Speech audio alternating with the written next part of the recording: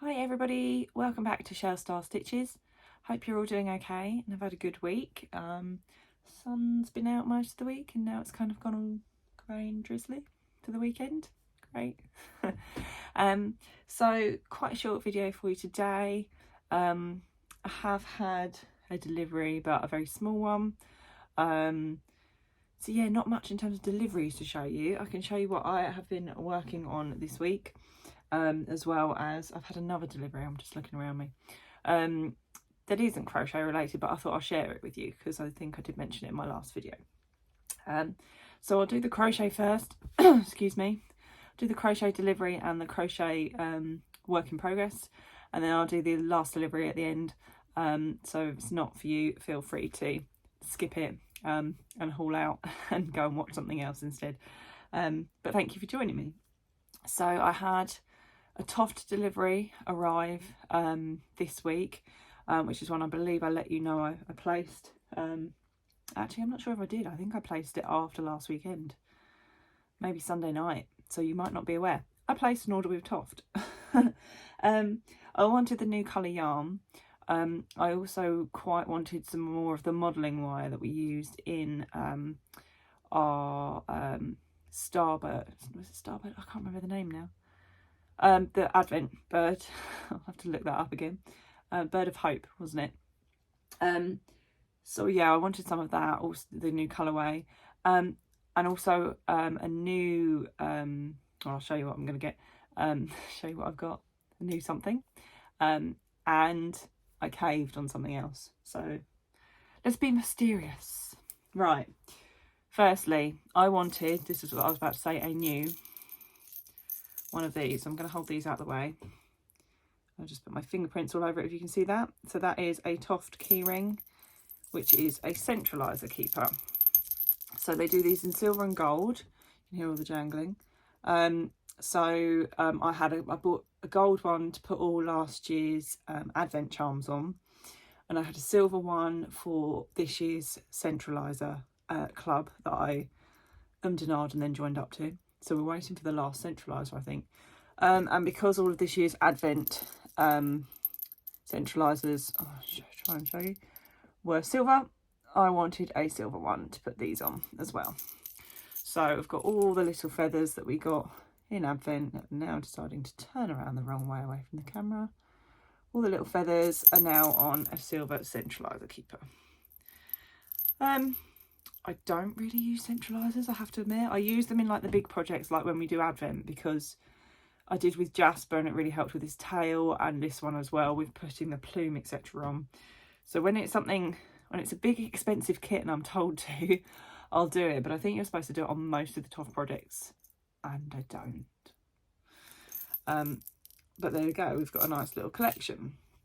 And it's got a nice little sort of on-y-offy clip. I don't know what that's really not a technical term, on-y-offy, but one that you can just sort of push on to what you're clipping it on. I think it's made to go on the new stash bag quite nicely. So yeah, so then I have Toft bag. It's only very small. There's nothing much in it. Look. So I did order everything I've got here. So you get obviously little leaflets with your patterns on. So I've got one about the Flora Society and the book. I think it mentions the book. So I've got a knit beanie and a crochet bucket hat. I don't knit. Give those to my mum. So yeah, the modelling wire comes in a little. I do like now they've got these little paper bags. I haven't actually opened it, but you get 1 metre. So I ordered 2 of those.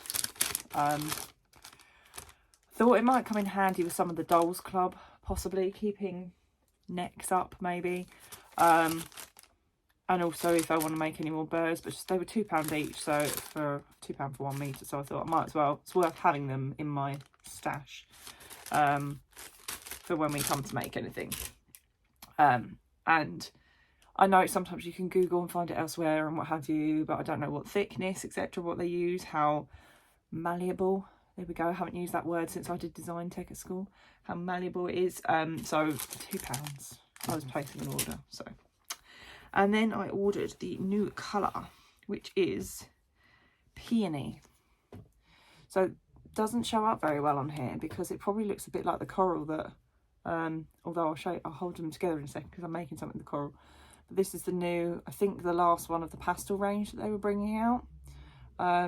So that is the new colourway. I just ordered 2 balls of that for the moment.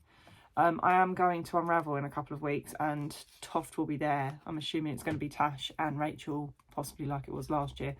I don't believe Kerry ever goes to Unravel because it's quite small. So they're my 2 balls of peony. So that was everything that was in that bag, see? Didn't buy a lot there. However, I ummed and ahed, and whether it was FOMO, fear of missing out, I did sign up. So I wasn't sure. I have pre-ordered the vegetables book, so I've got the flower book and the vegetables book on pre-order because it's always worth having. They come with bonus patterns, probably a patch or a pin, etc. Well, this one we know comes with a pin, but oh sorry, the books I think more likely to come with a patch, but this comes with a pin. But I'm trying to do different things that I wouldn't, and I think that's probably the same with the Flora Society and going to the Q workshops. I'm trying to try kits that I wouldn't normally do. It's very easy to always pick something you initially like, and in terms of techniques or what the finished item looks like, actually once you've made it you could be quite proud of it by doing something different. Hence why I sometimes like surprise and yarn clubs, etc. So yeah, I've signed up to the Flora Society this year, which although it says Flora Society, it's vegetables. So last year, let's say, was botanical. This year, is it agricultural? Don't know if that's the right word. But with that, we did get a little bag with our pin. So we now have the next pin in the collection, if you can see that, if it will focus. So that is our Crow Your Own pin for this year. So I'm trying to see where my last year one is, which is tucked away here. I will open, hoping you can see that with the reflection. Let me open, because this is magnetic for you. So I've got my Women of History, my Toft Advent pin here, and that's last year's pin. So I can then put my next one in. I might shift Advent along so I can put these next to each other. But I kind of feel like this one should come first. This is growing and now this is grown. Yeah, well, there we go. I'll do that maybe. So that is, oh, it's a bit dusty. Why is it when you do these things and then you touch them and you realise they need it clean? So I've signed up to that. There we go. I've done it. It's done. Can't take it back. They're actually a little bit frustrated. They're actually now, as of this Friday just gone, done it on instalments. Because I think people, obviously, with cost of living, it's £165 to outlay in one go. Which everybody's got, I want to say the swear word, SH. Everyone's got stuff going on, stuff to pay for.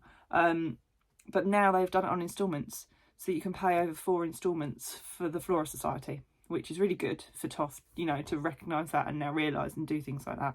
But not for me, because 4 days earlier I ordered it and paid full price. You do, I think, pay slightly more, like £5 more for doing it on a monthly instalment like that. Because I suppose it's a bit more admin for them, but it is what it is. I've done it now, so I'll just pay it off. So yeah, that's that delivery that we've had, crochet related. Now I'll show you work in progress. So I am trying to, now I've finished my big blanket, get on top of some of the other things in my list that I want to do. And I am working them in order because I got behind the Flora Society that I was signed up to last year, that hubby paid for Christmas. So I am doing my Ball Dahlia at the moment. Here we are. So head and body were made. I did also crochet a piece like I normally do, like I said to you, like a Swiss roll to go in the neck. I didn't read the pattern and I forgot because everybody made these about 6 months ago. So I didn't really go back and look. Stuffed the head, stuffed my piece in and started stuffing the body. Then I realised and remembered when I looked ahead to the pattern, you've got to make this piece separately. It's like a little hood that goes on over the top. So therefore I needed to unstuff because you've got to obviously get the, you make a coral head and you've got to shove it inside. So I did undo some of this because you went all the way down to the bottom, and I think it's then quite difficult to get your, you've literally got like I think a 9-stitch hole in the bottom to get all your stuffing in and up into the head. So I undid a few rows so I had a bigger gap, did the headpiece, unstuffed everything, shoved it all through, restuffed a lot more easily because I had a bigger opening and a bigger gap, and then finished the body. I think if it were me in terms of order of the pattern, because the pattern tells you to start with the head and body, and it doesn't make it clear for me, unless I've missed a bit, which is quite possible because I didn't read the pattern properly. Unless it said, I don't believe it said at the very beginning, don't stuff. And I think it just relies on people not stuffing until the end, and I don't do that. I would have probably said make the headpiece first, like this hood, then make the head and body, and then sort of stuff the head in as you go, carry on, stuff sort of when you get down to about here with the body, then carry on and just stuff the end. But I mean, in terms of flow, I suppose if you want people to sort of, if they've not done particular techniques, you want them maybe to do the easier head and body first. I completely get it. But just in my brain, logically, I would have been like, oh, if I'd have known, I would have done this piece first. But that is the hood. So it's just made by, you do lots of increases in quick succession, and then you kind of fold them on each other and stitch through to make these little, very effective really. I mean, if you look at it like that, to have come up with sort of, look at the flower and then come up with this design, it's very clever of Kerry and Toft. Obviously I think she has some input from the rest of the team. I know Tash helps with designs for sure. But that is my Dahlia. So now I've got arms and legs to do. Legs are standard, so I'll crack on with those because hubby's just started watching football, so I'll probably do that while he's watching that. And then arms are standard, but then we've got some extra leaf and foliage work to do. So I watched the video this morning, so I know what I'm doing now. So it's, I suppose, a bit like baking. Always read your instructions all the way through twice before you start. We live and we learn. So that one, hopefully, I'll try and get as much of that done in the next couple of days. It should be finished. And then, I don't know, I've got the amaryllis still to do. I've got some other flowers, monsters to do. I've got my Norcan Dolls Club that hubby bought me as my Christmas present. And I think next one might be due in March. So, yeah. There you go. That is everything crochet. So the next delivery I'm going to show you, if you prefer not to stick around, is to do with pottery. I think I mentioned it last week, that I fancy trying. So if we're all done for you for crochet, that's totally fine. Thank you for watching, and I'll catch you later. But if you want to stick around, I'm just going to quickly show you what I had delivered. I'm going to pick up the box, it's a bit heavy, bear with. And excuse the mess behind me if you can see it all, because the craft room is a tip. Let me get this open so I don't show you my address. So we have had a delivery from a company called Sculpd. I have obviously ordered and paid for this myself. I'm not yet at that point where anybody sends me stuff to try out. I'm not there. So I had been eyeing this up because, I don't know, just fancy trying it. I've always liked pottery painting. Like, you know, when you go in the shop and then they fire it in the kiln for you and you go back and collect. But I fancy doing something at home in my own sort of time, take my time over things, and also build. I've never done a potter's wheel. Quite like to try it. I'm not very good at getting messy though, getting my hands messy. Like when I bake, I'm constantly washing my hands. So yeah, so this is a starter kit. This was, I think, £55.